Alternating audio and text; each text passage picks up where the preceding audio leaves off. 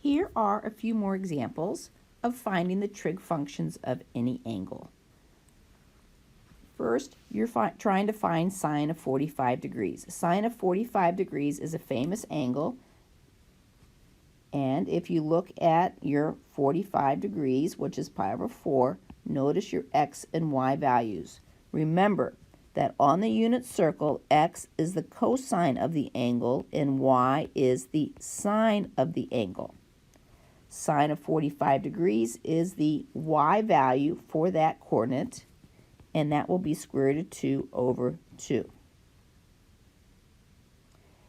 Tangent 135. First of all, let's find 135. From your famous angles in quadrant 1, pi over 4 is 45 degrees.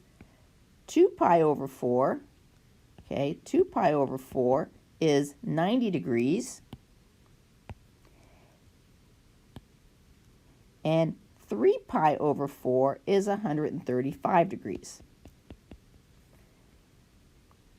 Your reference angle for 135 degrees is 45 degrees up from,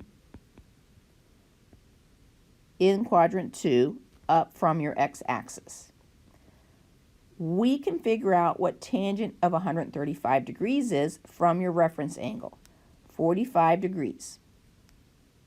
Notice if you would reflect across to your famous angle in quadrant 1, what has changed?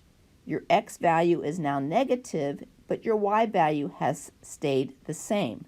What does this mean? This means that cosine of 135 degrees is now minus square root of 2 over 2. It's the x value from quadrant 1, but our x is negative. Sine of 135 degrees, well, your y value is sine. It has not changed. It is still positive square root of 2 over 2. Tangent, if you recall, is your sine over your cosine or your y over your x. In this case, it's going to be square root of 2 over negative square root of 2 over 2, which is negative 1. Now let's look at cosecant 3 pi over 4. Where is 3 pi over 4? Well, it's 3 pi over 4s. 1 pi over 4 is 45 degrees. 2 pi over 4, remember, that's 90 degrees. 3 pi over 4, add another 45 degrees, is the same thing as cosecant of 135 degrees. Again, your reference angle is 45 degrees, and you are in quadrant 2. So your x value in quadrant 2 is going to be negative root 2 over 2. That would be your cosine of 135 degrees. And your y value is the sine, which is positive root 2 over 2. Remember, cosecant is the same thing as 1 over sine of 135 degrees. So we have 1 over sine would be square root of 2 over 2.